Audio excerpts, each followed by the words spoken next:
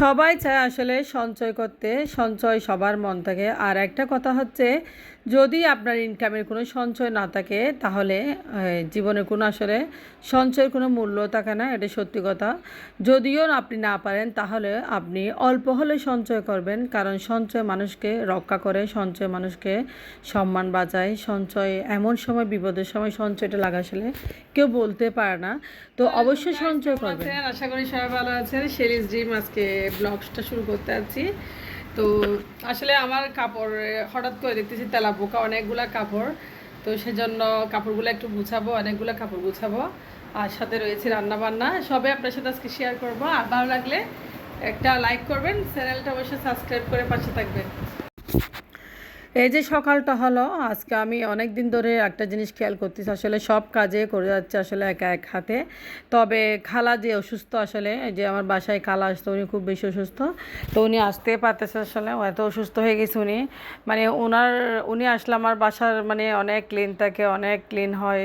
তো যেহেতু খালা নেই, আমাকে সব কাজে করতে হচ্ছে। সব কাজ করার জন্য আসলে আমার এই কাপগুলা অনেক ময়লা হয়ে গেছে। আমি যে কাপগুলা দিয়ে চা খাই সেগুলো অনেক প্রচুর ময়লা হয়েছে। তো কি করব, আমি সকালবেলা প্রথমে ঘুম থেকে উঠে নাস্তা খাওয়ার আগে আমি প্রথমে কাপ প্লেটগুলো আসলে একটু ধুয়ে নিচ্ছি, কারণ আমার আসলে কাপ প্লেটগুলো না ধুলে তো বিশ্বাস করবেন না, আমার এতই খারাপ লাগে। আমি ঘর গুছানো ছাড়া খাবারও খাই না। আমি এমন একটা মেয়ে, আমার খুব একটা বদ অভ্যাস আছে, আমি ঘর গুছাতে না পারলে খাবারও খেতে পাই না, আমার ভালো লাগে না।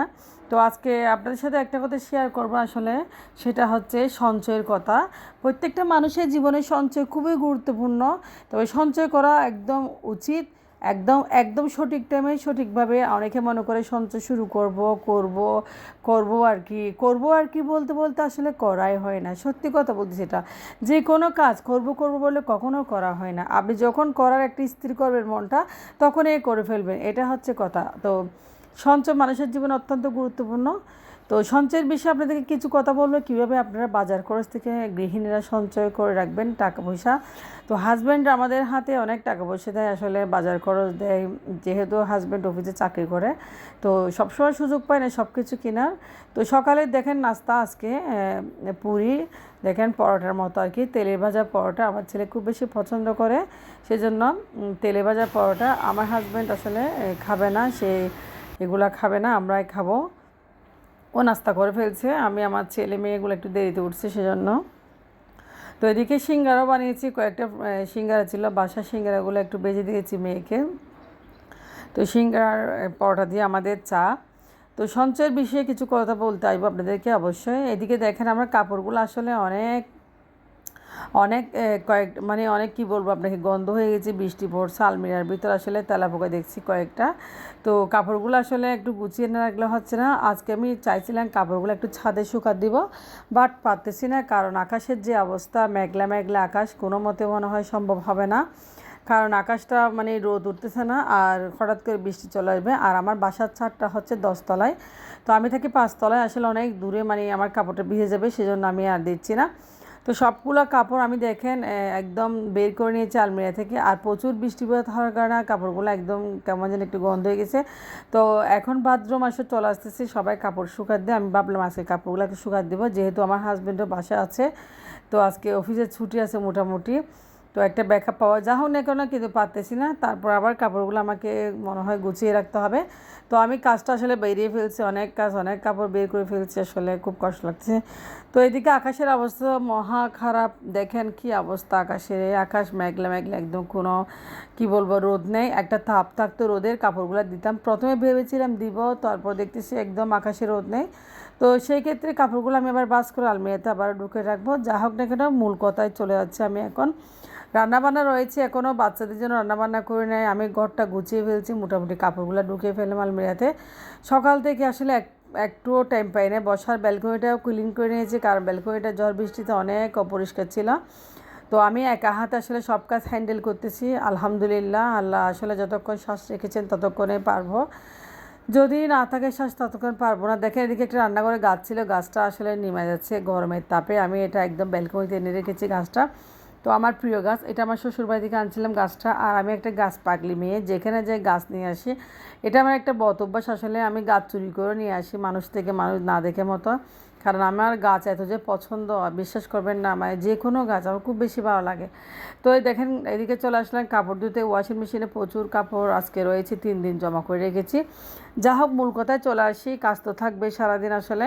তো মূল কথা হচ্ছে আসলে সঞ্চয় কীভাবে করবেন। আসলে আমি যেভাবে করি, আমি সপ্তাহে একবার বাজার করি। আমি পুরো মাসের জন্য মানে একবারে বাজার করি না, কারণ বাজার অনেক সময় সস্তা হয়, অনেক সময় কমও দাম হয়, অনেক সময় দাম কম পড়ে। সেই জন্য আমি মিনিমাইজ হিসাব করে মাছ, মাংস, তরকারি, শাক সবজি, একদম চাল ডাল তেল সব কিছু আমি সপ্তাহে একবারে কিনি।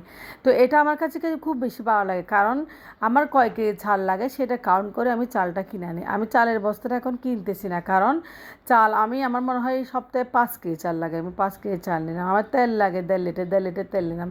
তো এই পরিমাণে হিসাব করে দুধ, চিনি, চা পাতা আমি সব কিছু এক সপ্তাহের জন্য নিই, কারণ এভাবে এক সপ্তাহের জন্য কতটুকু বাজার আসতেছে এটা আমি কাউন্ট করে ফেলি, এবং পুরো সপ্তাহ আমি কী কী রান্না করবো সেটাও সাথে কাউন্ট করি।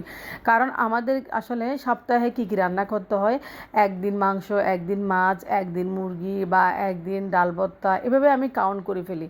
তো দেখা যাচ্ছে কি এখান থেকে অনেক টাকা বেঁচে যায়। দেখেন, আপনি যদি সপ্তাহে আপনার যদি বাজেট 2,000 টাকা হয়, হ্যাঁ, সপ্তাহে, তাহলে 4 সপ্তাহে আপনার খরচ পড়তেছে 8,000 টাকা। যদি আপনার মাসের খরচ যদি 10,000 টাকা পড়ে 4 জনের জন্য, মাছ, ডিম, ডাল, তরকারি, শাক সবজি সব মিলে যদি আপনার যদি 10,000 টাকা লাগে, হ্যাঁ, তাহলে আপনি সেই 10,000 টাকা থেকে 2,000 টাকা বাঁচিয়ে ফেলবেন। মাসে যদি 2,000 টাকা বাঁচে আপনার, তাহলে দেখেন বছরে কত টাকা জমতেছে। তো এই হিসাব করে আসলে আমি সঞ্চয় করি। আলহামদুলিল্লাহ আমি সঞ্চয় করেছি ভেবে, কারণ আমি পুরো মাসের বাজারটা এখন করি না। আগে করতাম এই বোকামিটা, পুরো মাসের বাজার করলে দেখা যায় যে আবারও বাজার আনতে ইচ্ছা করে, এটা আসলে ভালো লাগে না। কারণ অনেক সময় আলুর দাম সস্তা হয়, অনেক সময় তেলেরও দাম সস্তা হয়, অনেক সময় চালটাও একটু সস্তা হয়। তো এইভাবে আসলে সপ্তাহে 2,000 টাকা বাজার করলে দেখা যায় যে মাঝে মাঝে এখান থেকে জিনিস যেহেতু দাম কমে আর বাড়ে, তাহলে অনেক টাকা বেঁচে যায়। তো যেমন সবজির দাম, এই সপ্তাহে সবজি একরকম, ওই সপ্তাহে একরকম, সবজি তো রেগুলারে কিনতে হয়। তো আমি এক সপ্তাহ সবজি একদিনে কিনি। তো আমি যেভাবে করি, আমি যেহেতু 10,000 টাকা আমার 4 জনের জন্য, আলহামদুলিল্লাহ 10,000 টাকা দিয়ে হয়ে যায়। সেই 10,000 টাকা আমি 2,000 টাকা সপ্তাহে বাজার করি। 2,000 টাকা থেকে আমার আরও বেঁচে যায়, আলহামদুলিল্লাহ 1,700 টাকা বাঁচে। তো দেখেন ওদিকে একটা বাঁচে আমার। এরপরে আমি মাসে ধরেন একদম 10,000 টাকা থেকে 8,000 টাকা, আমি 2,000 টাকা বেঁচে যায়। সর্বমোট আমার থেকে 2,800 টাকা বাঁচে মাসে। তার মানে দেখেন 7,000 টাকা দিয়ে খুব সুন্দর চলে যেতে পারে। আলহামদুলিল্লাহ আপনাদের উদ্দেশ্য বলতেছি আমি যেভাবে চলি আসলে, আপনারা সপ্তাহে একবার বাজার করবেন, যা লাগে সংসারে, চাল ডাল, একদম রুটি, একদম রুটি বানানোর জন্য আটা, তারপর যা লাগে আপনার বিস্কিট, তরকারি, মাছ, মাংস, আপনি যদি প্রতি সপ্তাহে একবার 7 দিনের জন্য বাজার করবেন, 7 দিনের জন্য বাজার করে আপনারা দেখবেন আপনারা 7 দিনের থেকে বাজার করে এতটুকু টাকা আপনাদের বেঁচে যাবে, আলহামদুলিল্লাহ। তো দেখেন আমার রান্না বান্না হয়ে গেছে। আমি আজকে দুপুর অনেক কিছু রান্না করেছি, কারণ আমার রাত্রে বা একটু কাজ আছে, আজকে অনেক কাজ, সেজন্য আমি ভুনা করেছি, মাংস, আলুর ভর্তা, ডাল, আর সাথে অল্প মাছও রান্না করে রাখতেছি আমার হাজব্যান্ডের জন্য, কারণ অফিসে লাঞ্চ দিয়ে যায়। সব মিলে আসলে আমি দেখেন আজকে রান্নাবান্না অনেক করেছি। তো আসলে ব্লগটা আজকে শুক্রবার, আমি খাওয়া দাওয়ার পরে এটা এডিট করে আপলোড করব, সেই আর কি। তো যা হোক দেখেন, 10,000 টাকা দিয়ে আমরা চলি, এই হিসেবে 10,000 টাকা থেকে আমি মাসে প্রায় 2,800 টাকা মতো আমার সামথিং জমে যায়। তো আলহামদুলিল্লাহ আপনাদেরকে বলতেছি, আপনারা কখনো 1 মাসের জন্য বাজার করে রাখবেন না, একদম বাজার ভর্তি করে আলমিরাতে ভরে রাখার কোনো প্রয়োজন নেই। আপনারা সপ্তাহে একবারেই বাজার করবেন, যে বাজারটা আপনাদের দেখবেন যে 1 সপ্তাহের জন্য বাজার করছেন, আলহামদুলিল্লাহ দেখবেন তেলও বেঁচে গেছে, আপনার থেকে অনেক কিছু বেঁচে যায়। তো এইভাবে যদি চলেন আপনারা দেখবেন সপ্তাহে যা যা লাগে সংসারে একবারেই কিনবেন। তো প্রতি শুক্রবারে কিনেন, অসুবিধা কী? শুক্রবার না হয় শনিবারে কিনেন, শনিবার থেকে শুরু করেন আপনার খাওয়া দাওয়ার লিস্ট, বাজারের তালিকা। আপনি খুব সুন্দর চলতে পারবেন, 4 জন হোক 5 জন হোক, আপনি 10,000 টাকা দিয়ে আপনারা খুব সুন্দর চলতে পারবেন। তো আজকে আমি বাজার খরচ থেকে কীভাবে টাকাটা সঞ্চয় করি সেটা আপনাদের জাস্ট বলেছি। এটা হচ্ছে আসলে মেয়েদের একটা টেকনিক, মেয়েরা চাইলে সব কিছু পারে। যেমন কি মাছ আমি সস্তা পেয়েছি, এক জায়গায় মাছ পেয়েছি কেজি 200 টাকা করে, তাহলে অন্য জায়গায় হচ্ছে 300 টাকা করে। এই সপ্তাহে মাছ পেয়েছি একদম 150 টাকা করে, তাহলে ওই সপ্তাহে মাছটা বিক্রি করতে দেখেন 300 টাকা করে। তো এইভাবে চললে আসলে হিসাবটা ভালো থাকে। আমরা কী করি, অনেক সময় সস্তা পেয়ে একসাথে ইচ্ছা মতো নিয়ে আসি, তবে এটা খাওয়া যায় না থেকে যে বাসায় হয়তোবা মেহমান আসে না, হয়তোবা দেখেন অনেক সমস্যা হয়। তবে আমার মতে এক সপ্তাহে একবার বাজার করবেন, আপনি কখনো ঠকবেন না। দেখবেন আপনি ওই 10,000 টাকার খরচ থেকে আপনার 2-3 হাজার টাকা এমনি বেঁচে যাবে। আলহামদুলিল্লাহ, আলহামদুলিল্লাহ বলেন সবাই, আলহামদুলিল্লাহ বেঁচে যাবে। সবাই কমেন্টস করবেন। তো আমি যেভাবে করি আসলে দেখেন, আমি এদিকে মুরগির কাটলেট আজকে দুপুরের জন্য ছোলা ভাজি আর মুরগির কাটলেট অনেকগুলো কাজ করেছি, সবাই আপনার সাথে শেয়ার করেছি।